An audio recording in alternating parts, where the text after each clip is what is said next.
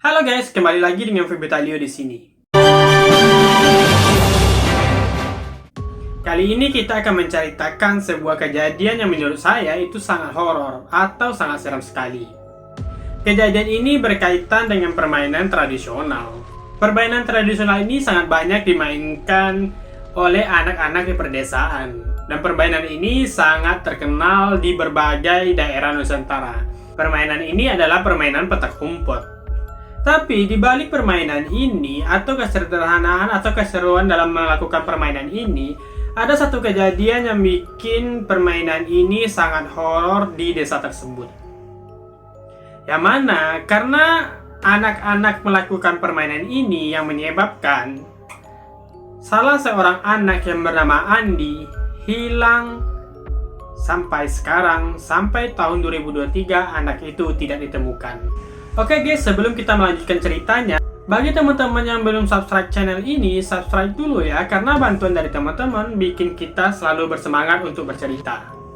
Sebenarnya kengerian dalam cerita ini tidak berawal dari permainan petak umpet. Kengerian cerita ini bermula dari seorang anak yang bernama Andi. Andi merupakan anak yang lahir di desa tersebut. Andi terbilang anaknya itu merupakan anak yang nakal, yang selalu bikin ulah di desa tersebut. Bahkan banyak masyarakat sana yang sangat dongkol akibat tingkah laku dari seorang Andi ini. Tidak hanya tingkah lakunya yang nakal, perkataan yang tidak sopan, bahkan dia juga sering maling buah-buahan yang ada di desa-desa tersebut. Tidak hanya 1 kali, 2 kali, atau 3 kali, kelakuan Andi ini bikin warga di desa tersebut sangatlah dongkol kepadanya. Bahkan teguran lisan ataupun teguran langsung yang dilakukan oleh masyarakat sana, baik kepada Andi langsung ataupun kepada orang tuanya, tidak dihiraukan oleh Andi. Karena Andi ini dari kecil sudah terbilang nakal orangnya. Karena perilaku Andi ini sangat nakal, banyak masyarakat sana yang selalu mengumpat kepada Andi. Bahkan Andi juga sering ditakut-takutkan oleh masyarakat sana, yang mana masyarakat sana menyampaikan kepada Andi, jika Andi menjadi anak nakal, maka akan diculik sama hantu. Perkataan seperti itu banyak diungkapkan oleh masyarakat sana, tapi Andi tidak pernah menghiraukan.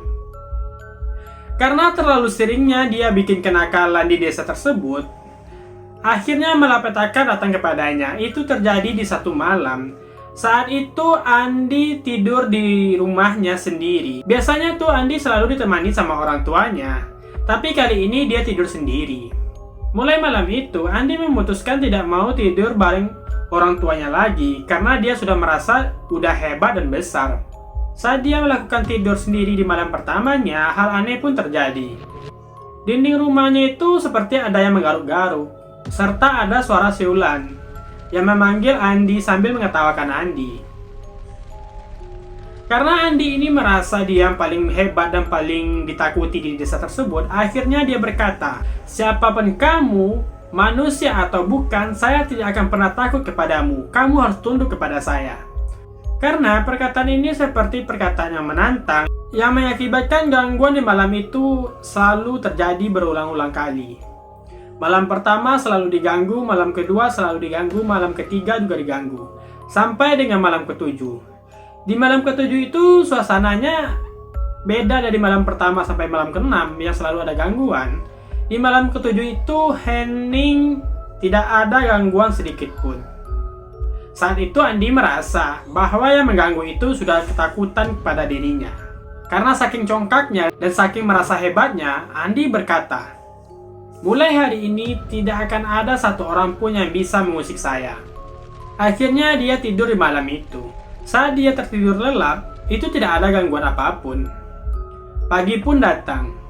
Orang tuanya berniat untuk membangunkan Andi untuk mandi dan sarapan pagi. Tapi alangkah naasnya, saat dia datang ke kamarnya Andi tidak ada di kamar tersebut. Awalnya orang tuanya itu tidak ada berpikiran aneh-aneh. Orang tuanya tuh berpikir mungkin Andi sudah pergi keluar, pergi main ke tempat temannya. Tapi setelah 1 jam ditunggu, Andi juga masih belum balik. Karena kebiasaan Andi, walaupun dia pergi keluar pagi-pagi, dia pasti tetap balik lebih awal karena pasti minta untuk sarapan pagi. Maklumlah, Anak kecil zaman itu pasti kebiasaannya itu disuruh sama orang tuanya untuk sarapan pagi. Tapi karena sudah tidak balik-balik, orang tuanya itu memutuskan untuk tanya kepada teman-teman Andi di pedesaan tersebut. Saat ditanya kepada teman-temannya, kepada masyarakat sana, tidak ada yang melihat Andi dan tidak tahu keberadaan Andi. Karena masyarakat sana menyampaikan, dari pagi tidak ada mereka melihat baik ke kedai maupun ke tempat perkumpulan anak-anak atau di pos ronda, tidak ada keberadaan Andi. Karena orang tuanya itu takut, orang tuanya itu meminta untuk mencari keberadaan anaknya tersebut. Sudah sampai jam 11 siang, Andi juga tidak ditemukan keberadaannya. Orang tuanya itu histeris, kemana anaknya ini? Karena orang tuanya histeris, ada beberapa warga menyampaikan, itu kemungkinan karena kenakalan Andi. Anak ini benar-benar nakal. Mau melihat orang tuanya begitu khawatir kepada dia. Karena saat itu masyarakat masih mengira Andi itu melarikan diri hanya untuk mentakut-takuti orang tuanya agar orang tuanya itu mau menuruti seluruh permintaan Andi. Setelah jam 11 siang, Andi juga tidak ditemukan. Akhirnya masyarakat di sana memutuskan untuk mencari keberadaan Andi. Karena masyarakat sana juga merasa ada yang aneh. Ini tidak seperti kebiasaan seorang Andi. Dan juga keadaan desa tersebut dikelilingi oleh hutan yang sangat lebat. Jadi kekhawatiran masyarakat itu akan kehilangan Andi. Makanya masyarakat itu memutuskan untuk mencari bersama-sama keberadaan Andi. Jam setengah 12 masih belum ditemukan, bahkan sampai jam 12 siang. Di jam 12 siang akhirnya desas-desus keberadaan Andi ditemukan. Keberadaan Andi ditemukan oleh seorang pria, yang mana waktu itu pria itu mau pergi ke kebunnya. Saat dia berjalan ke kebunnya, dari jauh dia melihat ke pucuk kelapa itu seperti ada orang yang lagi tiduran di pucuk kelapa tersebut. Awalnya dia mengira itu hanya pandangan semata, atau hayalannya saja, atau orang tua itu salah lihat. Tapi lama-kelamaan itu terlihat sangat jelas itu seperti orang yang lagi tiduran di pucuk kelapa. Dan dilihat lagi, alangkah kagetnya dia melihat itu adalah Andi yang lagi tiduran di pucuk kelapa. Logikanya anak kecil tidak akan mungkin berada di pucuk kelapa yang sangat tinggi. Karena dia takut akan terjadi sesuatu kepada Andi atau Andi ini jatuh ke bawah. Akhirnya dia menyampaikan informasi tersebut kepada warga yang lagi mencari Andi. Warga tersebut datang berbondong-bondong ke pohon kelapa tersebut, termasuk orang tuanya. Saat sampai di pohon kelapa tersebut, seluruh warga itu kaget bagaimana cara si Andi ini bisa naik ke pohon kelapa yang sangat tinggi itu. Sedangkan dia adalah anak pria yang kecil, walaupun sangat bandel orangnya. Tetapi saat warga-warga ini memanggil Andi ini tetap diam, seperti dalam keadaan tidur. Posisinya itu berbaring di pucuk kelapanya tersebut. Harusnya orang untuk duduk aja di pucuk kelapa itu pasti jatuh. Tapi anak ini tidur dengan enaknya di pucuk kelapa tersebut. Karena panggilan masyarakat dari bawah pohon kelapa ini memanggil Andi di atas pucuk kelapa ini tidak dihiraukan, akhirnya masyarakat di sana memutuskan untuk memanjat ke pucuk kelapa tersebut. Saat tiba di pucuk kelapa itu, mereka juga membangunkan Andi, tapi Andi masih tetap tidak bangun-bangun. Akhirnya warga yang memanjat itu memutuskan untuk mengikat Andi di badannya dan dibawa turun secara perlahan-lahan. Setelah kejadian aneh itu, setiap masyarakat bertemu Andi selalu menyampaikan kepada Andi untuk berperilaku yang baik dan jangan nakal. Tapi tetap saja, karena anak ini emang dasarnya nakal, tidak menghiraukan. Malahan dia waktu itu malah bicara kepada masyarakat itu. Saya itu punya kekuatan, saya itu sebenarnya terbang ke pohon kelapa tersebut. Banyak anak buah saya yang membawa saya ke pohon kelapa tersebut. Padahal kejadian orang naik ke pohon kelapa itu identik dengan anak yang diculik oleh sosok makhluk yang disebut dengan Sunul Bolong. Karena si Andi ini benar-benar anak yang keras kepala dan nakal. tidak menghiraukan lagi perkataan dari masyarakat di sana. Akhirnya seminggu setelah kejadian itu, barulah permainan petak umpet dimulai. Permainan petak umpet ini sangat dikenal oleh seluruh warga negara Indonesia. Bahkan permainan petak umpet ini kemungkinan juga dimainkan oleh masyarakat luar negeri. Permainan petak umpet yang dilakukan di desa ini namanya itu bukan petak umpet, tapi namanya sembah lakon.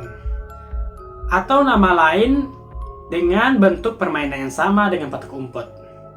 Sembah lakon ini dimainkan oleh dua tim.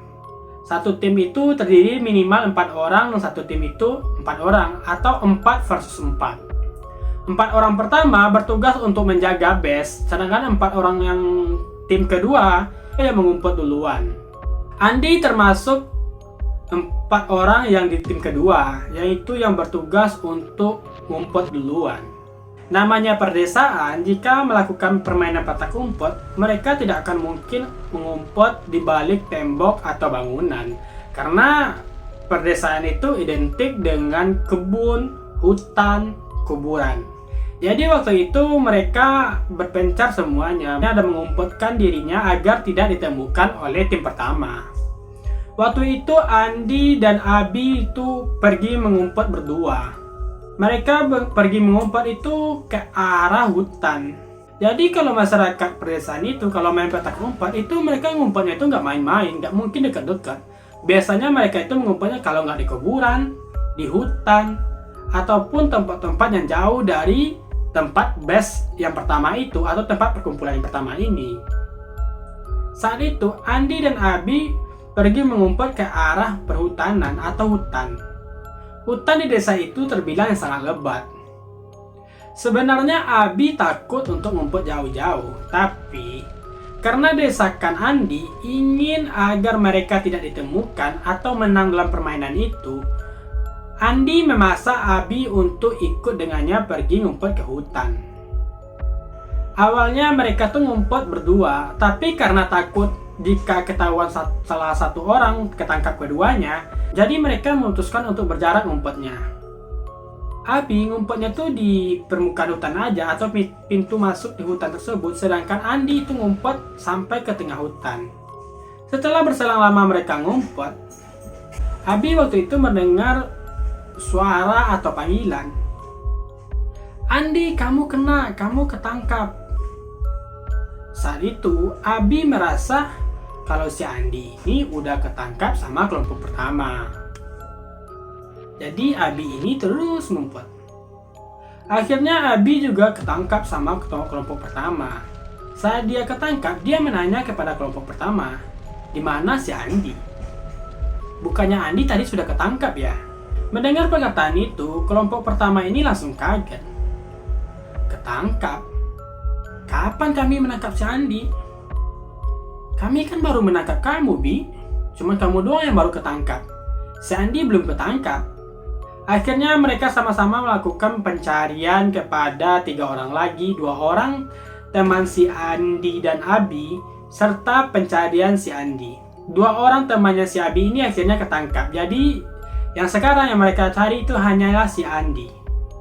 Saat itu, karena hari sudah hampir jam 10 malam, akhirnya Abi menyampaikan informasi kepada tim pertama kalau Andi itu ngumpetnya ke tengah hutan.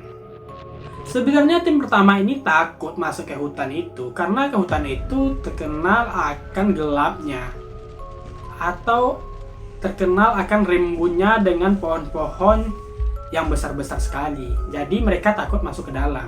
Karena mereka juga takut jika terjadi sesuatu dengan si Andi, apalagi Abi menyampaikan yang mengatakan kalau Andi ini ketangkap. Akhirnya mereka memutuskan untuk sama-sama mencari si Andi ini ke dalam hutan. Sampai jam 11 malam juga belum ditemukan keberadaan Andi ini. Akhirnya mereka memikir karena Andi ini orang yang nakal, mungkin Andi ini balik ke rumahnya dan ngerjain teman-temannya. Karena sebelumnya saat mereka melakukan permainan ini, Andi juga melakukan hal sama. Yaitu dia ngumpet jauh-jauh, tiba-tiba dia udah berada di rumahnya, sedang makan di rumahnya. Karena mereka merasa Andi melakukan hal yang sama, akhirnya mereka memutuskan keluar dari hutan tersebut dan pergi ke rumah si Andi ini. Karena saking kesalnya, teman-temannya ini dan kelompok pertama ini bilang kepada semuanya, jika kita ketemu sama si Andi di rumah ini, kita kasih pelajaran si Andi ini biar dia kapok ngerjain kita terus. Karena marahnya ini sudah menggebu-gebu ingin ketemu dengan si Andi langsung, akhirnya mereka sampai di rumah si Andi. Mereka tanya kepada orang tua Andi, "Bu, Andi ada di rumah?" "Mana Andi, Bu? Andi pasti lagi makan ya?" Orang tuanya itu kaget. "Andi? Bukannya Andi pergi sama Kagumi? Pergi main?" "Hah? Emangnya si Andi belum balik, Bu?" "Belum, Bi. Kirain Ibu Andi masih sama Abi." Mereka kaget semuanya. Akhirnya Abi ini menyampaikan kronologi semuanya kepada orang tuanya, bahwa Andi ini ngumpet di tengah hutan dan tidak tahu keberadaannya sampai sekarang. Karena mendengar perkataan tersebut, orang tuanya itu langsung sedih, dan akhirnya orang tua Andi ini menginformasikan kepada warga sekitar, menginformasikan kalau anaknya itu telah hilang di tengah hutan. Karena mendapatkan pemberitahuan tersebut, akhirnya pihak keluarga dan masyarakat di sana memutuskan untuk mencari Andi ke pertengahan hutan tersebut. Berbagai peralatan dan cara mereka lakukan untuk menemukan Andi. Ada yang membawa kentongan, ada yang membawa toa, ada yang membawa obor, berharap Andi melihat cahaya dari obor ini serta suara dari kentongan tersebut. Bahkan pencarian ini telah dilakukan sampai jam 2 malam. Karena Andi masih belum ditemukan, akhirnya masyarakat dan keluarga memutuskan untuk balik ke rumah masing-masing. Keesokan paginya, masyarakat dan keluarga memutuskan untuk mencari Andi lagi. Bahkan tidak hanya bantuan dari masyarakat, mereka juga memanggil orang-orang pintar yang ada di lingkup perdesaan tersebut untuk mencari keberadaan Andi. Bahkan dari beberapa orang pintar yang mereka panggil selalu menyampaikan bahwa Andi ini diculik oleh makhluk yang sama yang membawa Andi ini ke puncak pohon kelapa tadi. Dan orang pintar ini juga melihat bahwa raga Andi sudah diumpetin di salah satu pohon besar yang ada di tengah hutan tersebut. Berbagai cara sajian, permintaan, permohonan dilakukan oleh pihak keluarga, warga desa, bahkan orang-orang pintar tersebut, tetapi tetap sama, Andi masih belum ditemukan.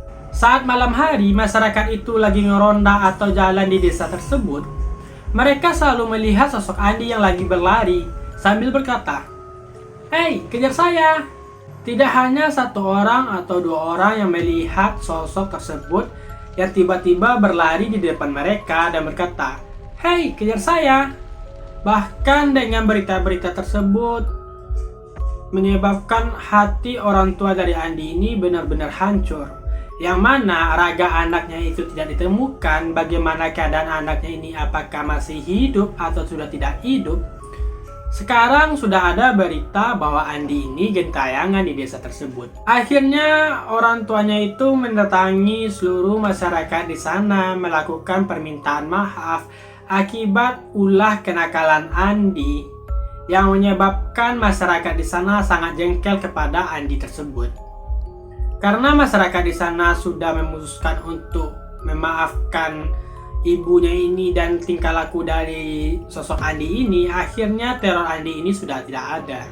Tapi sayangnya, kejadian itu terjadi di tahun 1980-an.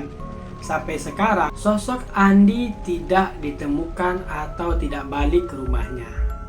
Bahkan ada yang mengisahkan juga sosok Andi ini selalu berkeliaran di desa tersebut dan selalu mengajak main sembalakon. Karena sosok ini merasa dia masih dicari oleh kelompok pertama itu, atau dia masih merasa kalau dia itu lagi ngumpet. Tahun 2023, sosok ini masih belum balik ke rumahnya. Terakhir cerita dari masyarakat di sana pernah melihat sosok tersebut lagi duduk di bawah bukit di tengah hutan perdesaan tersebut. Tapi sosok yang dilihat itu bukan bertambah dewasa atau tua, tapi masih sama dengan kondisi saat Andi main sembah lakon, hilang, atau saat main petak umpet, hilang dalam pencarian teman-temannya. Oke guys, itulah cerita singkat gimana kenakalan si Andi ini saat dia hilang pertama dan dibawa ke puncak kelapa, terus hilang lagi saat main sembah lakon atau dalam kurung main petak umpet. Dan kabarnya dilarikan lagi di makhluk yang sama melarikan dia ke puncak kelapa tersebut. Bahkan sampai sekarang Andi ini tidak ditemukan. Itulah cerita singkat dari sosok Andi yang lagi main sembah lakon atau main petak umpet. Bagi teman-teman yang telah mendengar cerita ini atau mempunyai kesamaan cerita ini, jangan lupa untuk subscribe channel ini ya, karena bantuan dari kalian akan bikin kita semangat untuk selalu bercerita. Untuk sosok Andi ini kita doakan dimanapun dia berada, seluruh dosa-dosanya atau kenakalannya diampuni dan amalnya diterima dan dia tenang di alam sana. Kalaupun itu Andi sudah berada dalam keadaan meninggal. Dan untuk keluarga diberikan kesabaran. Stay tuned Febitalio. See you guys.